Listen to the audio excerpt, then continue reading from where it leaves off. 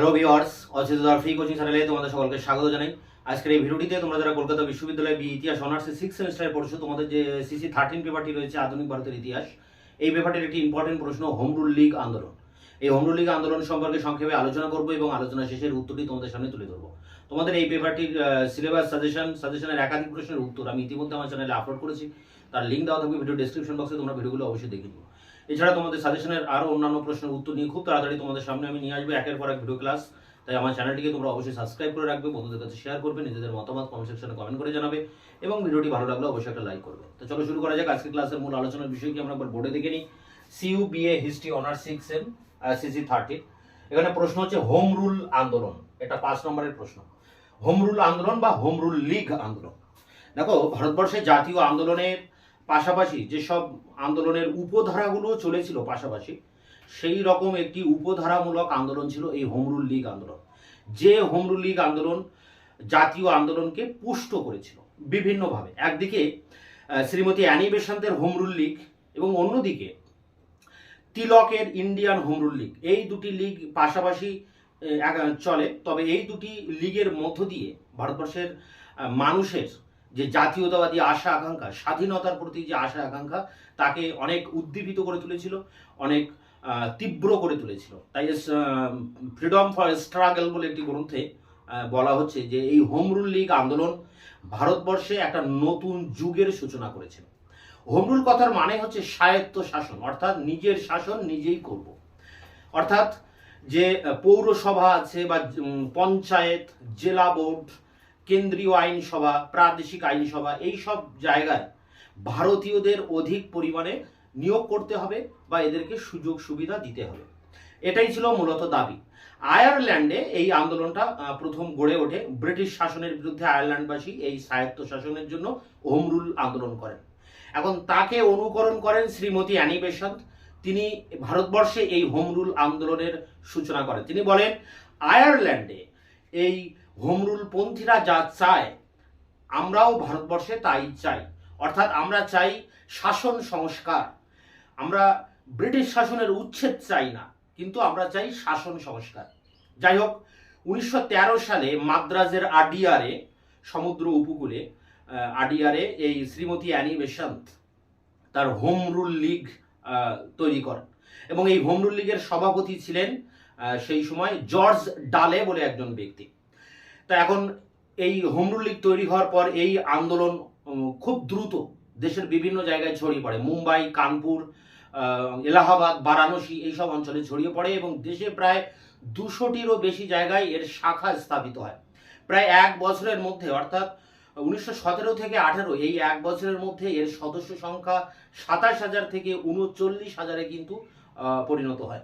Shrimati Annie Besant Commonwealth বলে একটি দৈনিক পত্রিকা এবং নিউ ইন্ডিয়া বলে একটি সাপ্তাহিক পত্রিকার মাধ্যমে তার আদর্শ প্রচার করতে থাকেন।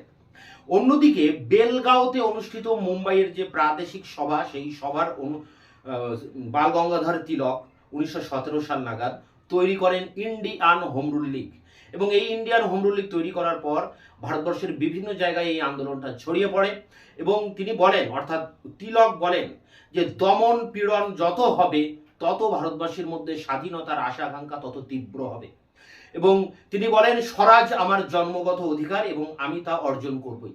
তার এই ধরনের উক্তি দেশের মধ্যে একটা নতুন উদ্দীপনার সৃষ্টি করে, একটা নতুন চাঞ্চল্যের সৃষ্টি করে।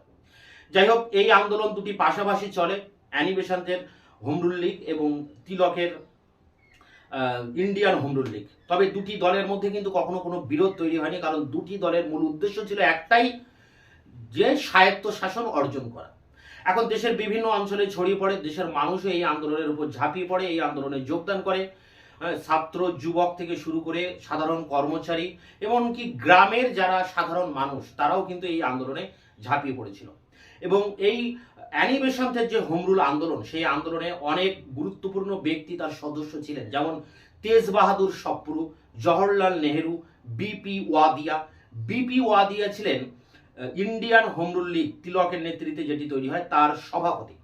তা যাই হোক, এই আন্দোলনের তীব্রতায় ব্রিটিশ সরকার একসময় এই আন্দোলনকে দমন করার চেষ্টা করে এবং এই আন্দোলনের যারা নেতা, বিশেষ করে শ্রীমতী অ্যানি বেসান্ত, জর্জ অরুণ ডালে, বিপি ওয়াদিয়া, এনাদেরকে গ্রেপ্তার করেন। গ্রেপ্তার করলে এই আন্দোলন কিন্তু চরম আকার ধারণ করে। এবং এলাহাবাদে জওহরলাল নেহরুর নেতৃত্বে,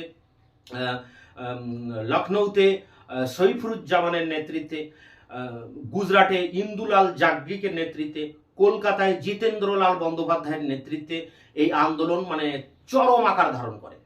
এবং এরপরে বাল গঙ্গাধর তিলককেও কিন্তু পরবর্তীতে গ্রেপ্তার করা হয় এবং তখন আন্দোলন অগ্নিগর্ভ আকার ধারণ করে। এবং এই গ্রেপ্তারের প্রতিবাদে মাদ্রাজের সুব্রহ্মণ্যার আয়ার তিনি ব্রিটিশের দেওয়া নাইট উপাধি ত্যাগ করেন। যাই হোক, এই আন্দোলন এতটাই তীব্র আকার ধারণ করে যে ব্রিটিশ বাধ্য হয়ে শেষ পর্যন্ত এই হোমরুল পন্থীদের মুক্তি দেন। এখন ঠিক এই সময় ভারতবর্ষে মহাত্মা গান্ধীর আবির্ভাব হয় এবং মহাত্মা গান্ধী জাতীয় রাজনীতিতে অংশগ্রহণ করেন এবং তিনি অসহযোগ সত্যাগ্রহ আন্দোলন শুরু করেন। এই অসহযোগ সত্যাগ্রহ আন্দোলন শুরু করলে হোমরুল লীগের অনেক সদস্য এই চলে আসে অসহযোগ আন্দোলনে। এরপরে বাল গঙ্গাধর তিলক মারা যান এবং বাল গঙ্গাধর তিলক মারা গেলে হোমরুল আন্দোলন পুরোপুরিভাবে অসহযোগ আন্দোলনের সাথে মিশে যায়। তাই এখানে জুডিথ ব্রাউন বলেছেন যে গান্ধীর যারা অনুগামী তারা বেশিরভাগই ছিলেন কিন্তু হোমরুল পন্থী। তাই প্রথম বিশ্বযুদ্ধের পরবর্তী সময়ে ভারতবর্ষের রাজনীতিতে যে শূন্যতা সৃষ্টি হয়েছিল তা অনেকটাই পূরণ করেছিল কিন্তু এই হোমরুল আন্দোলন। তাই গান্ধীজি তার ইয়ং ইন্ডিয়া পত্রিকায় এই হোমরুল পন্থীদের প্রতি কিন্তু শ্রদ্ধা জ্ঞাপন করেছেন। তো এই বিষয়গুলোকে পরপর ধাপে ধাপে কিন্তু লিখতে হবে, লিখলেই এই 5 নম্বরের উত্তর অর্থাৎ 250 নম্বর ওয়ার্ডের যে উত্তর সেটি কমপ্লিট হবে। তো সেই উত্তরটি নিয়ে আমি এবার অন স্ক্রিনে আলোচনা করব। BA history honours 6 semester CC 13 home rule আন্দোলন সম্পর্কে টিকা লেখো। প্রশ্নমান 5, উত্তরটি এভাবে লিখবে: জাতীয় আন্দোলনের মূল ধারার পাশাপাশি যে কয়েকটি আন্দোলনের উপধারা বহমান হয়ে জাতীয় আন্দোলনকে পুষ্ট ও গতিশীল করে তুলেছিল তার মধ্যে অন্যতম ছিল হোমরুল লীগ আন্দোলন। একদিকে অ্যানি বেসান্তের হোমরুল লীগ, অপরদিকে তিলকের হোমরুল লীগ মিলিতভাবে ভারতবাসীর মনে স্বাধীনতার আকাঙ্ক্ষা জাগিয়ে তুলেছিল এবং এক নতুন উদ্দীপনার সৃষ্টি করেছিল। স্ট্রাগল ফর ফ্রিডমে উল্লেখ আছে, ভারতবর্ষের স্বাধীনতা সংগ্রামে হোমরুল আন্দোলন এক নতুন যুগের সূচনা ঘটায়। বিপানচন্দ্র লিখেছেন, এই দুটি প্রতিষ্ঠানই যুদ্ধের অবসানে ভারতের স্বায়ত্তশাসন বা স্বরাজ লাভের দাবিকে দেশব্যাপী তুমুল আন্দোলন শুরু করেছিল। পরের প্যারা দেখো, হোমরুল শব্দটির অর্থ স্বায়ত্তশাসন। এর আসল অর্থ পঞ্চায়েত, পৌরসভা, জেলা বোর্ড, প্রাদেশিক শাসন পরিষদ ও কেন্দ্রীয় আইন পরিষদ সকল ক্ষেত্রেই ভারতবাসীর আধিপত্য প্রতিষ্ঠা করা। বেসান্ত তিলক আয়ারল্যান্ডের অনুকরণে ব্রিটিশ সাম্রাজ্যের মধ্য থেকেই স্বায়ত্তশাসনের অধিকার দাবি করেন, কিন্তু তাদের এই দাবি কংগ্রেসের নরমপন্থী নেতৃবৃন্দের পছন্দ না হয় তারা দুজনে আলাদাভাবে জাতীয় আন্দোলনের মূলধারা থেকে সরে গিয়ে আন্দোলন গড়ে তোলেন। বেসান্ত ঘোষণা করেন, স্বায়ত্তশাসনবাদীরা যা চায় আমরা ভারতে তাই চাই, আমরা শাসন সংস্কার চাই, ব্রিটিশ শাসনের উচ্ছেদ করতে চাই না। পরের প্যারা দেখো, অ্যানি বেসান্ত স্বায়ত্তশাসন অর্জনের লক্ষ্যে মাদ্রাজের আরডিআরে হোমরুল লীগ গঠন করেন 1913 সেপ্টেম্বর। এর সম্পাদক নিযুক্ত হন জর্জ অরুণ ডালে। অচিরেই কানপুর, মুম্বাই, বারাণসী, এলাহাবাদ সহ বিভিন্ন অঞ্চলে এই লীগের প্রায় 200টি শাখা গড়ে ওঠে। সদস্য সংখ্যা 27,000 থেকে এক বছরে বেড়ে হয় 32,000। এই লীগের কয়েকজন সদস্য ছিলেন Motilal Nehru, Jawaharlal Nehru, Tej Bahadur Sapru, CP Ramaswami, BP Wadia. Besant Commonweal সাপ্তাহিক ও নিউ ইন্ডিয়া দৈনিক পত্রিকা প্রকাশ করে তার লক্ষ্য ও আদর্শ প্রচার করেন। অন্যদিকে বেলগাঁওতে অনুষ্ঠিত বোম্বাই প্রাদেশিক সভায় তিলক গঠন করেন ইন্ডিয়ান হোমরুল লীগ 1916 28 এপ্রিল। এই লীগের সভাপতি রূপে জোসেফ ব্যাপিস্টা ও সম্পাদক এনসি কেলকার নিযুক্ত হন। তিলক বলেন, দমনপীড়ন বিদ্রোহের আগুন জ্বালাতে সাহায্য করবে, হোমরুল এখন ছড়িয়ে পড়বে দাবানলের মতো। তিলক ঘোষণা করেছিলেন, স্বরাজ আমার জন্মগত অধিকার, তা আমাকে পেতেই হবে। তিলক মারাঠা ও কেশরী এই দুই পত্রিকার মধ্য দিয়ে তার আদর্শ ও উদ্দেশ্য প্রচার করেন। তিলক এ সময় লোকমান্য উপাধিতে ভূষিত হন। পরের প্যারা দেখো, এটি শেষ প্যারা। তিলক ও বেসান্তের প্রচেষ্টায় হোমরুল আন্দোলন দ্রুত দেশের বিভিন্ন অঞ্চলে ছড়িয়ে পড়তে থাকে। আন্দোলনে ছাত্র, যুব, ছোট সরকারি কর্মচারী সহ গ্রামের মানুষরাও অংশ নেয়।